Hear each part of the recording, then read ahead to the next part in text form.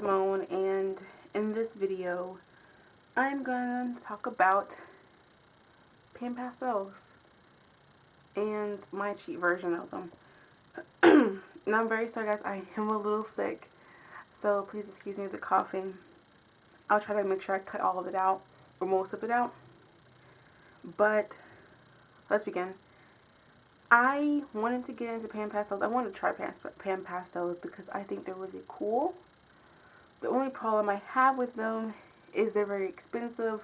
For just one color, it's like $5 for the little cakes, and then for a, I think it's like, what, how much is it? Like maybe 80 or so. The color is like $200, maybe $300. That's a lot of money to shell out, and I don't want to invest so much money in them if I don't like them. So I've never tried PanPastels. I do have chalk pastels and other kind of pastels, but there's a difference between PanPastels. PanPastels are a pressed pigment powder that's pressed into a container and is way different than chalk pastels because they can put more pigment in it, so there's not much additives in it to make it a stick form. But I was like, I don't know, I don't want to spend that much money, and I never use them, or I don't like them, so I had to try them out. I saw a video of somebody doing a PanPastel tutorial, and she mentioned that you can use eyeshadow, so that's exactly what I have done. So these are my examples. I'll show you those later. But these are two palettes I have. This is the Miss Rose palette, and then this is another palette. I got my palettes off of eBay. This big one's from eBay, and this one's from AliExpress, which is both sites that you can buy things from there in the States. Well, eBay you can buy from people who are US, or wherever you live, but AliExpress, not so much. But not the point. The reason I have two palettes, I will tell you right now, is because one palette, I got this off of eBay, and it was a bid, and it only came with neutral light colors. So your browns, your yellows, your dark yellows, your dark greens, and I wanted more colors like pink, yellow, red, a better range of them, and I wanted to get a palette that could help me make nature scenes, not just faces, so I had to get another palette. I wanted to get another palette, this one, but sadly these are kind of expensive, and the ones I wanted were sold out. So I spent $5 on this one, and I spent $6 on this one bid. So, but you can buy these for they're like $8, $9 on the eBay, and this one was, of course, $5. This was 55 colors. This is 120. So let me show you them real quick. So this is the colors here. I did swatch this one out. I wanted to see how the colors were portrayed to paper, and they actually do really well. Some of the lighter colors, like this one, oh, not this one, okay, this one and that one, sometimes don't show as well. You can see that they don't show that well as the other colors do, but it's still pretty good, and it's really pigmented, you can see. I hope you can see that. So I have that one. And I got dust coming off. And then I have this one. Kind of feel like I'm doing a makeup tutorial.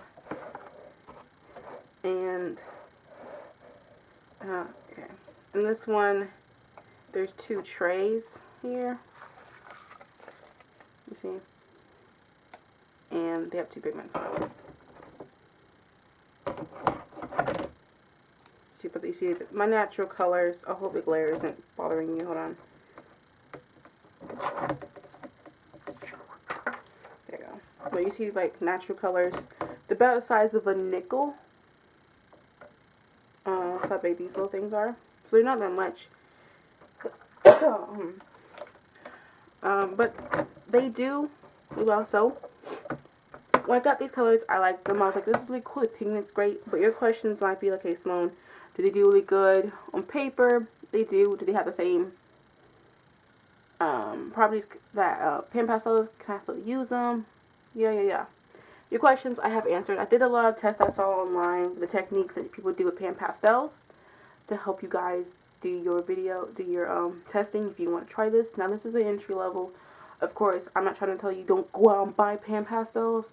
I just I can't afford them right now. So this cost me in total like maybe 13 bucks, which would have been able to get me 2 PanPastels.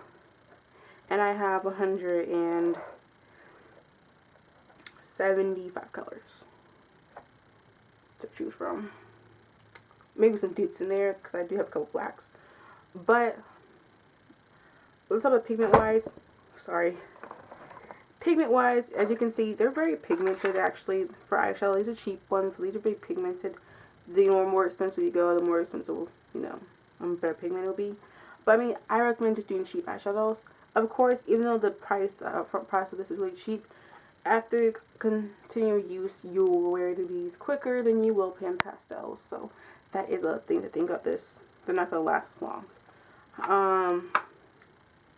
So that's something. Another thing to think about.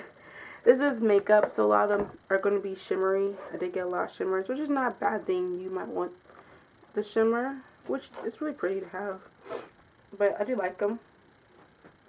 Very nice colors, and this is really fun for doing things. So let me show you what I've done with them so far, so you can see how they work out. So the first thing I did is I did a landscape. This is just a drawing that I did with these. So here's one. You see that? So I did this. This is just with the eyeshadow. I think it's pretty good. No problems with it. So I just copied the landscape. I just looked at a video of him doing the landscape and his advice when you're using PanPastels. And it works the same way. You can't get as detailed, but you still can get the general shape of it. First thing I have to say about this, the first negative, is unlike PanPastels, the white in eyeshadow does not show up as great. So if I wanted to put clouds on here, I would have to either erase the blue that I put in the sky, or just make sure I don't go over certain areas, because the white does not go over as opaque as the PanPastels does. That's one thing. But mixing is perfectly fine. You can mix them. That's how I got the mountain colors back there. I mix it with blue. Every time you put a color over another color, the color does show under or change a little bit, so it does have that properties. This is on gesso paper, so because I always gesso my surfaces, so I always will make sure. But I had no problems. This is a face I did. I used my little PanPastels, to go over and do the shading, the hair. Pretty much everything I use here is my eyeshadow version of PanPastels, besides the nose, the eyes, the eyebrows, and the lips, and the lip color. I had to use color pencils to do that, to be that exact. But you can find tools to help you get that exact. Just for me, I didn't want to try to fuss with that. I just used colored pencils, and it worked fine.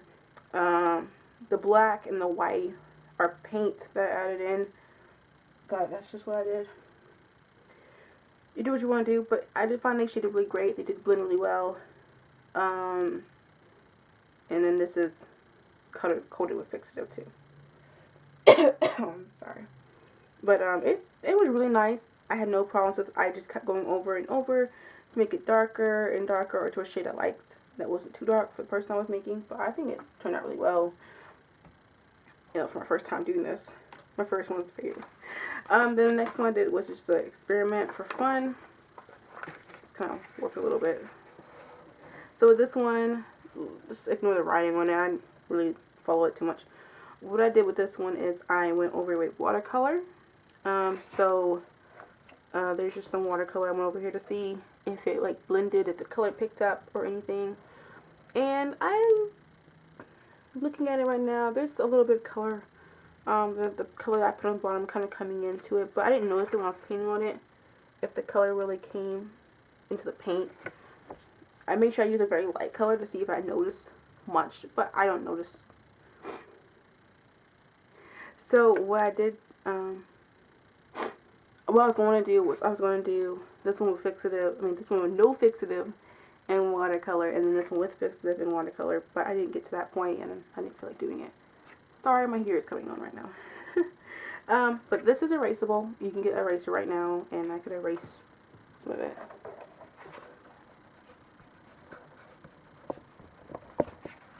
You see it's getting a little lighter, but I did push it in a lot. The cool thing is why I did these big swatches is I wet my eyeshadow and applied it, and it did that cool effect. Mine's is very glittery because I told you a lot of my colors are very glittery, but it's cool. But overall, that's what I have. Okay, the tools I use lipstick, disposable lipstick appliques. These I got off of eBay for maybe $1 for 50. I use these because this gives me the best detail, and for finer details I use this a lot when I did the ocean thing, and I used it a lot when I went over detail with her face.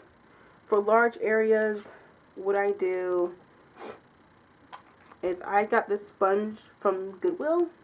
Normally, most Goodwills I see you have this. It's a big old bin when you first walk in. It's a bunch of sponges for 50 cents. And what I do is I go and cut them up to tiny little squares, and I just fold them and use this for wetter areas. It gives a really good coverage, but it's very light. It depends how much eyeshadow you put on it too. But that's the two tools I use really to apply everything. But my overall opinion of these, I think they're actually really good for the money. I spent like maybe $13 altogether for these things, and I got some good results. I have to say my favorite is this one, and it didn't take me too long to make that. But it depends on what you want. You know, maybe after a couple of months to a year, I might go and expand and get the PanPastels. Who knows? I just started playing with these a little more. I just got these in December. But I'll keep playing with them, and I'll show you guys cool techniques you can do with these. Has a cheaper version of PanPastels and you get techniques. As you guys know, I'm very into using cheaper supplies, learning the techniques, and then expanding to more expensive supplies with the techniques you already learned using the cheaper supplies, and you don't see that you waste so much money on the supplies you bought. So that's just the way I like to work. You do what you want to do. But I hope this video was helpful, and I hope you liked it. Love you so much, and I'll see you guys later. Bye!